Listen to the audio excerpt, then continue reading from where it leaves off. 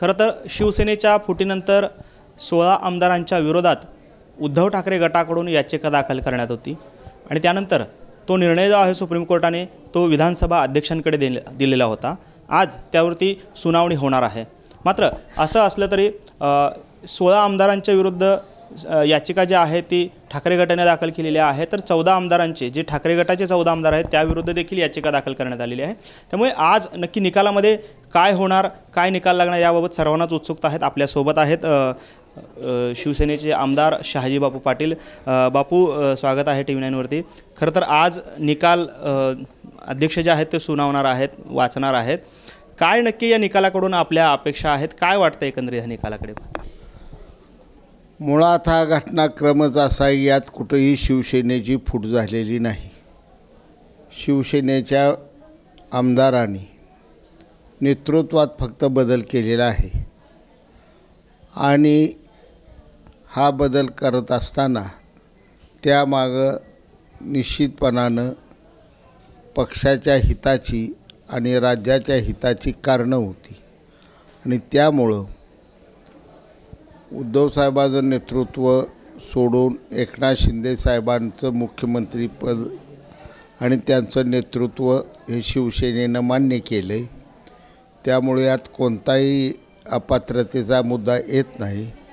पक्षात फूटच नाही तर तुम्ही अपात्र ठरवणार कसं? हा प्रश्न पक्ष शिवसेना हा निवडणूक आयोगानं एकनाथ शिंदे साहेबांच्या नेतृत्वाखाली शिवसेनेला मान्यता दिलेली आहे, नाव दिलेलं आहे, चिन्ह दिलेलं आहे। त्यामुळं आम्ही एकजुटीनं आहोत। आमची शिवसेना ही एक संघ आहे। बापू, खरं तर आदित्य ठाकरे जे आहेत ते असं म्हणत आहेत की काल 2 दिवसांपूर्वी जी भेट झाली विधानसभेचे अध्यक्ष राहुल नार्वेकर आणि मुख्यमंत्र्यांची, त्या भेटीवर त्यांनी असं म्हटलेलं आहे की न्याय देणाऱ्यांनी आरोपींना भेटणं कितपत योग्य आहे। कुठेतरी एकनाथ शिंदेंना त्यांनी आरोपी असं देखील संबोधलेलं आहे आणि हे कितपत योग्य असा प्रश्न उपस्थित केलेला आहे। मुळात आदित्य ठाकरे हे त्यांच्या वयापेक्षा नेहमी पुढचं स्टेटमेंट करीत असतात। आज हा निर्णय सभापती या नात्यानं नार्वेकर साहेब देणार आहेत, परंतु मुख्यमंत्री आणि सभापती यांना विधिमंडळाचं कामकाज आणि राज्याचं कामकाज हे चालवायचं असतं। कदाचित या कामकाजासाठी ते एकत्र भेटले असतील आणि ते नेहमी दोघं एकत्र भेटत असतात। त्याशिवाय या विधिमंडळात कामकाज चालणार कसं, राज्याचं राजगाडा चालणार कसा?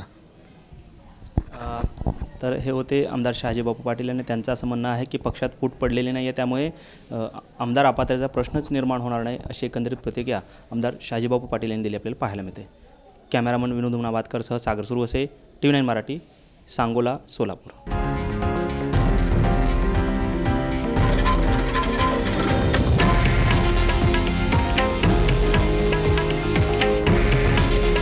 हे आहे देशातील नंबर 1 न्यूज नेटवर्क आणि आपण पाहत आहात TV9 मराठी। काळजी तुमची, हित महाराष्ट्राचं।